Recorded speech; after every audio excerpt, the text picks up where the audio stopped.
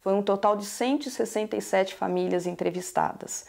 E aí perguntamos sobre o grau de instrução dos moradores, quantos estavam empregados, quantos desempregados, se havia analfabetos ou não, quando ficam doentes, a quem eles recorrem, se há farmácia, se há o posto de saúde, se há hospitais, se há curandeiros, ervas medicinais caseiras, se eles tinham lazer, se havia espaços de lazer no bairro, que espaços são esses, como eles ocupavam esses espaços, o que eles pensam sobre a escola, que contribuições eles poderiam dar para mudar as situações que eles apontavam como situações críticas, dificuldades de existência nesse espaço. Então foi um dia inteiro entrevistando todas essas famílias, levantando esses dados, fotografando, anotando comentários, olhares, silêncios, porque às vezes as respostas não vêm através das palavras, vêm através do silêncio ou do não sei. É importante que quem sai a campo fique atento a esses detalhes. Então, para que a gente possa sair a campo, levantar esses dados, é necessário que a escola tenha um mínimo de organização, que ela se prepare para essa saída a campo. A partir desse levantamento de dados, a tabulação e a sistematização desses dados num dossiê. E essa sistematização é feita também com a participação de pais, alunos, professores. O processo é sempre integrando o máximo possível os diferentes segmentos que compõem a comunidade escolar. Dessa sistematização, nós chegamos às situações significativas dessa realidade. E o que são essas situações significativas? São essas situações que condicionam o cotidiano, a existência cotidiana dessas pessoas. A partir dessas situações significativas, nós chegamos às questões geradoras desse contexto. E aí as diferentes áreas do conhecimento, português, matemática, geografia, interpretando essa realidade, interpretando esses dados, chegando a essas questões geradoras, vão buscar no conhecimento historicamente acumulado e fazer o recorte desse conhecimento que vai dar respostas a essas questões geradoras. Então, a definição do conteúdo programático a ser trabalhado se dá a partir dessas questões. Cada área do conhecimento, de maneira interdisciplinar, vai buscar como e o que conteúdos podem permitir, contribuem para explicar essas questões que a realidade apresentou.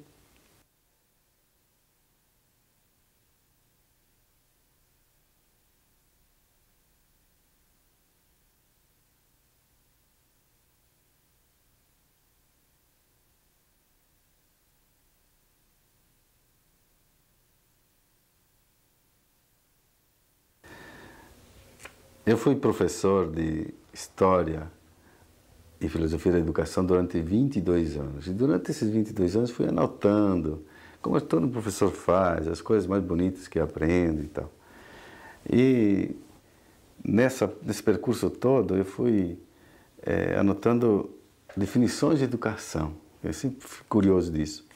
E eu acho que a definição melhor, não é porque estou falando de Paulo Freire, né? Mas a melhor definição de educação é do Paulo. Quando ele dizia que educar-se é impregnar de sentido cada ato cotidiano. Ele usava até a expressão encharcar. Ele era muito epidérmico, Paulo, né? Encharcar de sentido. Molhar de sentido. Quer dizer, a gente só aprende mesmo quando aquilo que está aprendendo é significativo para a gente. E nós não aprendemos nada que não seja importante para nós. Aí podemos até aprender por imposição, mas nós vamos esquecer. E faz bem esquecer. Faz bem à saúde esquecer coisas ruins que a gente aprende por obrigação, né? Então, acho que essa definição, para mim, me satisfaz muito. Quer dizer, eu me educo apenas no momento que aquilo que eu estou aprendendo, me relacionando, porque os conteúdos não são só curriculares, do saber científico, técnico. Existem conteúdos atitudinais, conteúdos das pessoas, das relações. E Paulo Freire fica muito atento a essa coisa das atitudes. Não é um palmo de conhecimento que me faz diferente. São atitudes que eu posso ter com os outros, que me faz um ser educado. Não é? Então eu queria partir dessa definição de educação para situar nessa concepção de educação de Paulo Freire como é que ele via o conhecimento. Em primeiro lugar, nós aprendemos ao longo de toda a vida. Isso está claro. Porque no último livro dele, Pedagogia da Autonomia, ele fala que nós somos seres inacabados e por isso que estamos aprendendo sempre. Então nós temos que nos reconhecer como seres inacabados e continuar aprendendo ao longo de toda a vida. É incrível como Paulo realmente dá uma resposta muito atual, porque hoje se fala muito em educação permanente, educação contínua, e é exatamente isso que Paulo Freire tinha como base de sua teoria. Não há tempo próprio para aprender, aprendemos a vida toda. Segundo, aprender não é acumular conhecimentos. E hoje, sobretudo, os conhecimentos são tão voláteis. As informações envelhecem tão rapidamente que não adianta ficar acumulando informações, não é? E dados, datas, fatos, não é? Porque isso vai logo ser superado. Não é? O que não é superado é a nossa capacidade de continuar aprendendo. Por isso que a terceira tese, digamos, de Paulo Freire sobre aprendizagem é que o importante é aprender a pensar e a pensar a realidade, não pensar pensamentos e reproduzir pensamentos. Uma quarta tese é de que decorre de toda a sua obra, da leitura da sua obra, é que é sempre possível aprender, é um sujeito que aprende e não é um coletivo que aprende. Nós aprendemos em contato com o mundo, com o outro, mas é sempre um sujeito que aprende. Daí Paulo se preocupar muito com a identidade na aprendizagem e respeitar a identidade. Uma vez me perguntaram qual era, inclusive, das teses de Paulo Freire a mais importante, que estava ligada ao êxito da obra dele, por que era importante no mundo. Hoje ele está sendo... existem freirianos em 90 países, segundo nossos fichários aqui, nossa Unifreire aqui no Instituto Paulo Freire, nós catalogamos os autores que estudam Paulo Freire. E já conseguimos catalogar 90 países, em 90 países. Por que ele foi importante e atraiu, houve ressonância nesses outros educadores, esse pensamento de Paulo Freire? Justamente porque a teoria dele é uma teoria de respeito do outro. Paulo Freire não... Mesmo a teoria é muito próxima da vida dele também, quer dizer, você tem em Paulo Freire uma coerência absoluta entre a teoria e a prática. Por isso que ele era um ser também que respeitava o outro, que não humilhava o outro, que não estressava o outro. E a sua teoria também é uma teoria que tem um respeito profundo pela identidade do outro.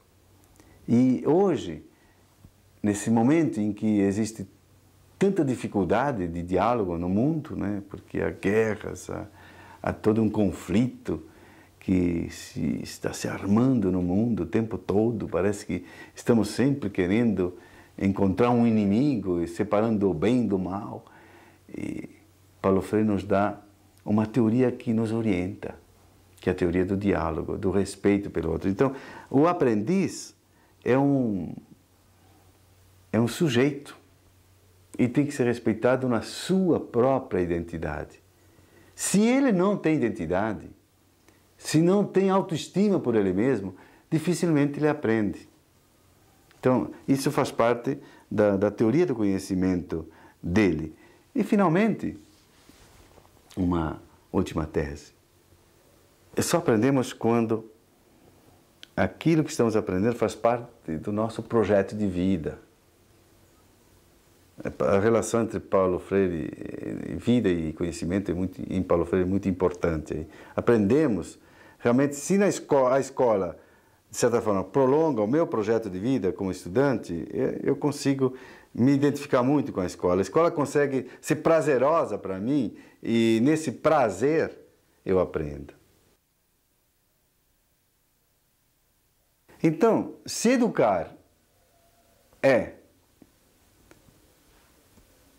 impregnado de sentido na nossa vida, o educador é quem? É o profissional do sentido. Então, uma consequência lógica que eu tiro daí é um profissional que orienta, que ajuda, que nesse mar do conhecimento, porque há espaços de conhecimento hoje múltiplos, a escola é um deles, né? Mas a escola tem um específico. E tem um profissional específico que é um profissional do sentido, que dá sentido, que constrói sentido. Eu tiro isso como uma consequência já estou tirando, claro, continuando um pouco a partir do que Paulo Freire nos legou, tirando consequências do seu pensamento. Com relação ao professor, então, é muito mais um animador, é muito mais um organizador da aprendizagem do que um lecionador que fica dando aulas apenas, né? Comunicando apenas, dando comunicados. Ele ajuda a organizar o trabalho. E não é isso que é a coisa mais importante, é o aluno ter capacidade de organizar o seu trabalho, de caminhar por ele mesmo, de ter autonomia intelectual. Esse é um papel fundamental da educação, fazer com que o aluno tenha autonomia intelectual e consiga andar com as próprias pernas.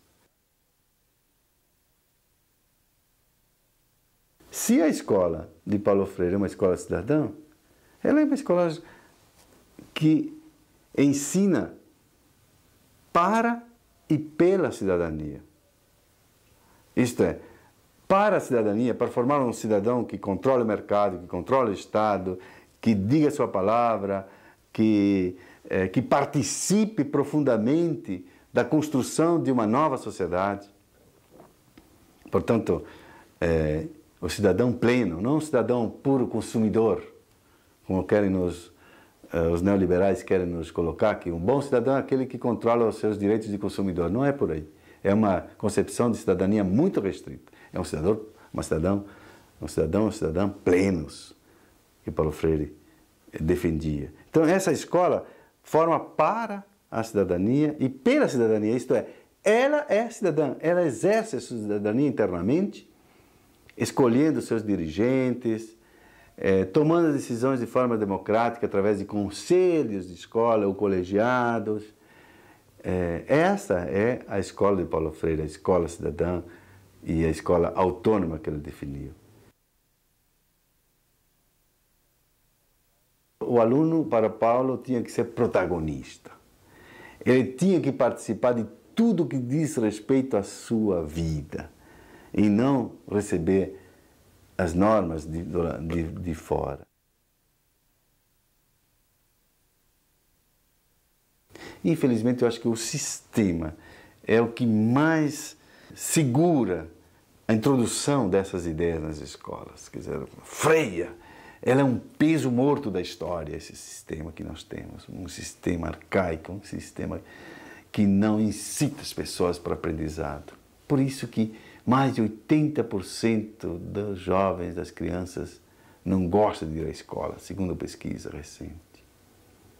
Alguma coisa está errada, porque a escola, como espaço de aprendizagem e de vivência dos valores humanos, devia ser uma coisa prazerosa para nós alunos, para nós professores. Então, há alguma coisa no sistema, que é um sistema extremamente burocrático, hierarquizado, que não permite a liberdade e a construção da liberdade. Por isso que o sistema sempre tem dificuldade em aceitar Paulo Freire. O conhecimento não é só histórico, isto é, depende do contexto histórico.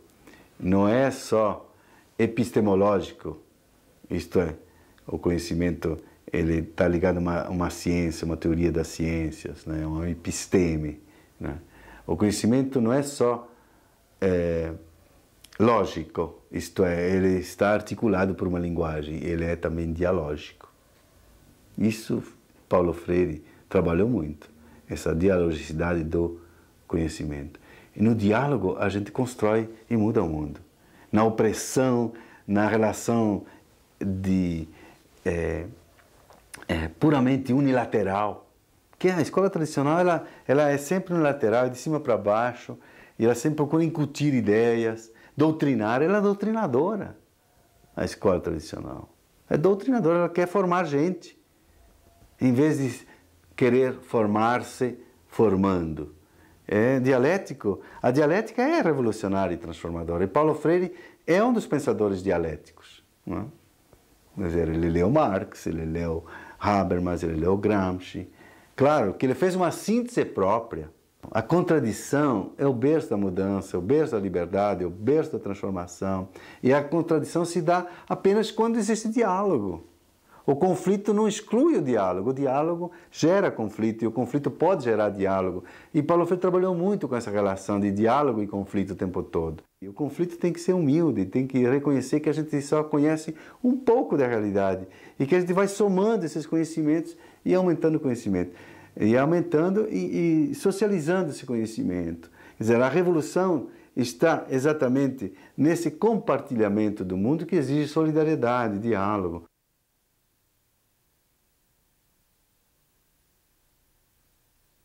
A educação é política da sua própria natureza intrínseca, ela é política. Mesmo aqueles que dizem que ela não é política, eles estão afirmando uma certa posição política, ideológica, histórica. E isso não pode ser retirado da teoria da aprendizagem, teoria do conhecimento de Paulo Freire, porque faz parte intrínseca. Ele dizia sempre que a gente conhece a favor de e contra, a favor de alguém e contra alguém. Né? E o tempo todo, esse conhecimento impregnado de história, e o conhecimento está impregnado de existência humana. A solidariedade é uma condição de sobrevivência. Não haverá futuro sem solidariedade, porque nós temos capacidade de destruição muito grande. O conhecimento também serviu para destruir o planeta, para produzir um modo de produção de existência no planeta insustentável, que é o modo de produção capitalista. E Paulo Freire, no último livro, Pedagogia da Autonomia, exatamente insiste nesse ponto. A essência do neoliberalismo, da ética neoliberal, da ética do mercado, é exatamente ela fazer com que a gente deixe de sonhar. E dizer, não, esse é o único mundo possível. Não existe mais nada. Esse, o mercado, do jeito que a gente é possível só esse mundo. Então, esses sonhadores que sonham no mundo de igualdade, de solidariedade, esses são sonhadores, diz o neoliberal. O Paulo Freire, exatamente, ele se insurge contra isso, e a sua pedagogia anti-neoliberal, justamente porque ela reafirma a capacidade do ser humano de mudar, inclusive pela educação. A educação não pode fazer tudo, dizia o Paulo, mas ela pode ajudar a melhorar esse mundo que está aí. E nós, professores, estamos vendo que temos tanta dificuldade em fazer com que as crianças e jovens aprendam. É porque, às vezes, esquecemos que enquanto o motorzinho não estiver ligado, da curiosidade que falava Paulo Freire, do diálogo de que falava Paulo Freire, né? Se não estiver ligado, não adianta. Não há eletricidade, não é? Não há energia, que no fundo é isso que é a base do conhecimento, essa energia humana, essa capacidade da gente poder entender por que a gente está vivendo nesse mundo e o que nos cerca, esse mundo que nos cerca, que é tão rico e maravilhoso, tão complexo, que nos deixa sempre abismado. Quanto mais conhecemos, maior é o campo da ignorância nossa. Descobrimos que é maior o campo da ignorância. E essa humildade diante do conhecimento e do mundo deve ser despertada por um professor que é educador na perspectiva freiriana.